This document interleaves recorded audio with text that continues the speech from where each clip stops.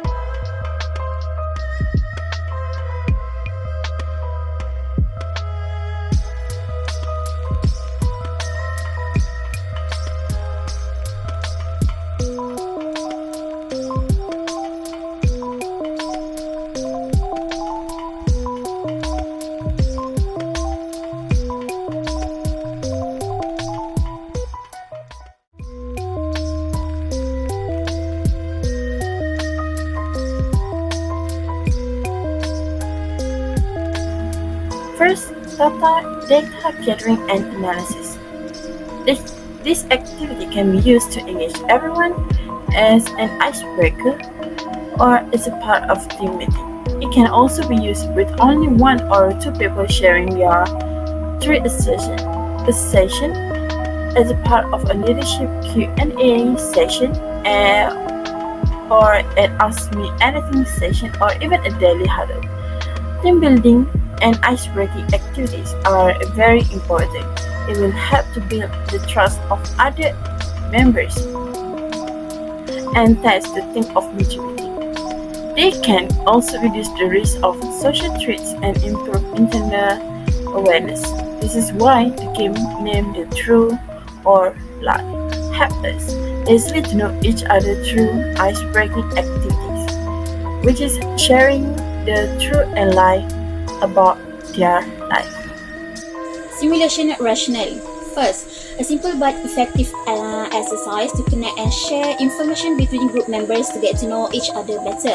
This simulation is an effective way to help group members get to know each other better and develop closer relationships within the group. In this simulation, participants can share their personal information, introduce themselves, and show their unique interests and characteristics. By getting to know each other, participants can feel more comfortable and confident in interacting, which can help increase involvement and effectiveness in the group.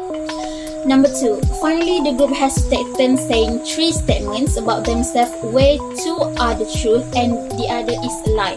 In this game, each group member has to take turns to say their own statement to be identified by other group members. In this game, participants must listen to statements given by other group members and try to distinguish between truth and lies. This involves careful observation, analytical thinking, and the ability to identify patterns and consistency in statements. Now, number 3, the importance of this activity is to be able to build relationships and connections between group members in an interesting and not boring way. Games are things that are not boring and make us happy, so making activities to get to know each other through games is a very good way because this simulation can help develop strong and positive relationships between group members in a fun and interesting way. This activity can provide an opportunity for participants to engage in relaxed and not too serious social interaction, which can help reduce stress and tension in the group. Number 4, this activity can also sharpen the brain to identify true or false statements. Our brains and minds can be sharpened through this game because it can help participants train their thinking ability to distinguish between true and false statements. In this game, participants must use their ability to understand and analyze information provided by other group members. This can be a fun way to challenge yourself and engage in critical thinking.